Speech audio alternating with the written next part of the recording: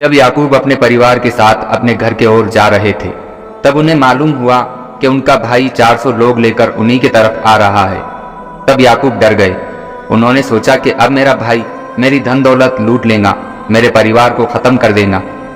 तब खुदा से याकूब ने दुआ की, ऐ खुदा, तूने ही मुझसे कहा था कि अपने देश अपने गांव चला जा, और तूने मुझसे वादा भी किया था कि मैं तुझे और तेरी औलाद को सलामत रखूंगा। मगर खुदा, अब ये क्या है? मेरा भाई 400 लोग लेकर मेरी तरफ बढ़ रहा है। मुझे उससे डर लगता है। खुदा, अब तू ही कुछ कर, मुझे मेरे भाई के हाथों से बचा ले। ऐसा ना हो कि मेरा भाई एसाव बच्चों और उनकी माओं के साथ हम सबको मार डाले, क्योंकि उसने कसम खाई थी मेरा कत्ल करने की। मैं बहुत डर गया हूं। खुदा, तू ही कुछ कर सकता है। अगर दोस्तों आपने इस वीडियो के पहले पार्ट नहीं देखे तो लिंक डिस्क्रिप्शन में है।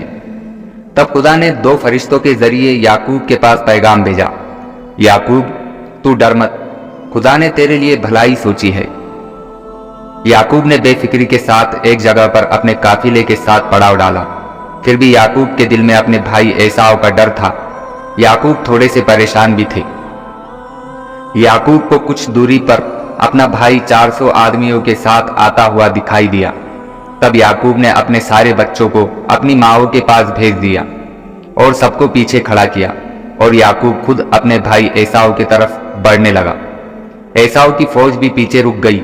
एसाव भी अकेला याकूब की तरफ बढ़ने लगा, और दोनों ही भाई एक दूसरे के सामने एक दूसरे की आंखों में आंखें डाले कुछ देर तक ऐसे ही खड़े रहे। एसाव ने दोनों हाथ याकूब की तरफ बढ़ा दिए। तब याकूब ने अपनी आंखें नीचे कर ली। तब एसाव ने अपने दोनों हाथ याकूब की तरफ बढ़ाए और याकूब को अपने सीने से लगाकर जोर जोर से रोने लगा। तब याकूब को भी रोना आ गया और दोनों ही भाई रोने लगे। दोनों भाइयों ने अपने पुराने गिले शिकवे दूर किए।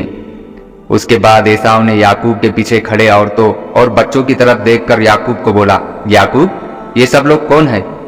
तब याकूब ने एसाव से कहा, भाई, ये सब तुम्हारे भतीजे और भाभियां हैं। तब एसाव ने सबको सलाम किया, और ऐसे ही दोनों भाई फिर से मिल गए। उन दोनों की आपस की सारी रंजिशें खत्म हो गई। फिर एसाव ने याकूब को अपने साथ चलने को कहा। तब याकूब ने कहा, मेरे साथ छोटे बच्चे, औरतें और जानवर है भैया, मैं आराम से इनके साथ आऊंगा। मैं इन सबको तुम्हारे साथ तेजी से नहीं लेकर जा सकता। भैया, तुम जाओ।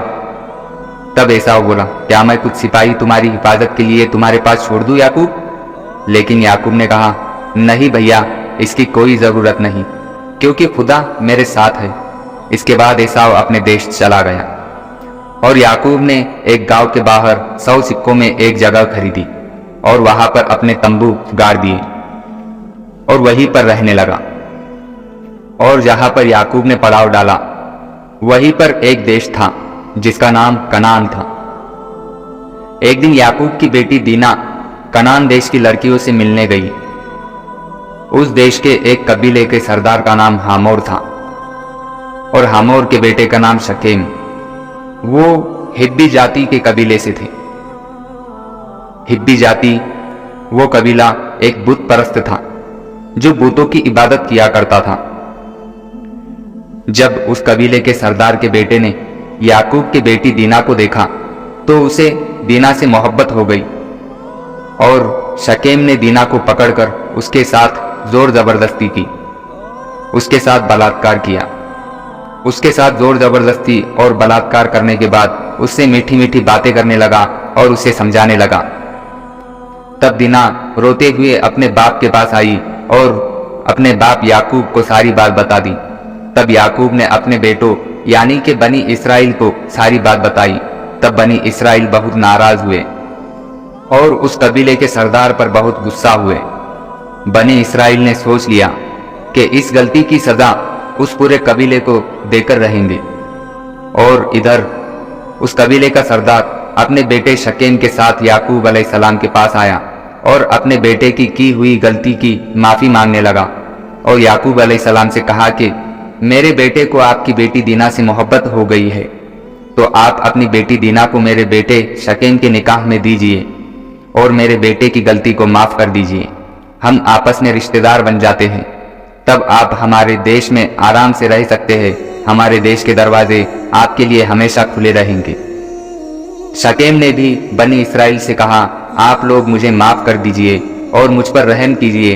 आप लोग जो भी मुझसे कहेंगे मैं वो आपको दूंगा, जो कहेंगे मैं वो करूंगा। जितना दहेज मांगेंगे उतना दूंगा।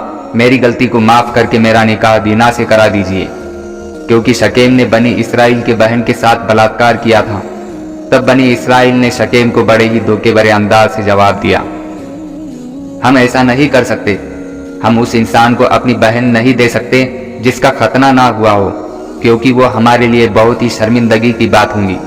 हम सिर्फ एक ही शर्त पर तुम्हारी बात मानेंगे कि तुम भी हमारी जैसी खतना कर लो। तुम्हारी जाति के हर आदमी की खतना करनी होगी, तभी हम तुम्हारे रिश्तेदार बनेंगे, तुम्हारे साथ रहेंगे और हम सब एक हो जाएंगे। और अगर तुम हमारी बात नहीं मानोगे, खतना नहीं करोगे, तो हम हमारी लड़की लेकर यहाँ से चले जाएंगे। बनी इसराइल की ये बात सुनकर हमोर और उसका बेटा शकेम बहुत खुश हुए। शकेम ने बनी इसराइल की बातें मानने में जरा भी देरी नहीं की, क्योंकि शकेम याकूब की बेटी दिना को बहुत चाहने लगा था। शकेम ने बिना देरी किए कबीले के चबूतरे पर पहुंचकर ऐलान किया, लोगों, बनी इसराइल के साथ हमारे रिश्ते सुधर सकते हैं। बनी इसराइल और हम एक दूसरे के साथ व्यापार कर सकते हैं। हम अपनी बेटियों का निकाह बनी इसराइल के साथ कर सकते हैं और बनी इसराइल की बेटियों के साथ हम निकाह कर सकते हैं।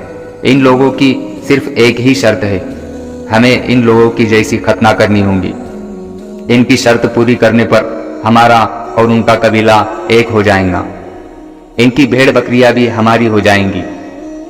ये ऐलान सुनकर सारे कबीले वाले खुश हो गए और सारे आदमी खतना कराने के लिए तैयार हो गए। सारे आदमियों ने बनी इसराइल के शर्त के हिसाब से खतना करा दिया। जब तीसरे दिन उस गांव के सारे आदमी खतना की वजह से बीमार पड़े थे, उस वक्त इसराइल मतलब याकूब के बेटे बनी इसराइल ने उस गांव पर अचानक हमला कर दिया। उस कबीले का राजा हमोर और उसके बेटे शकेम का भी कत्ल कर दिया और वहां से अपनी बहन दीना को भी छुड़ा लिया और उस कबीले को पूरा लूट लिया।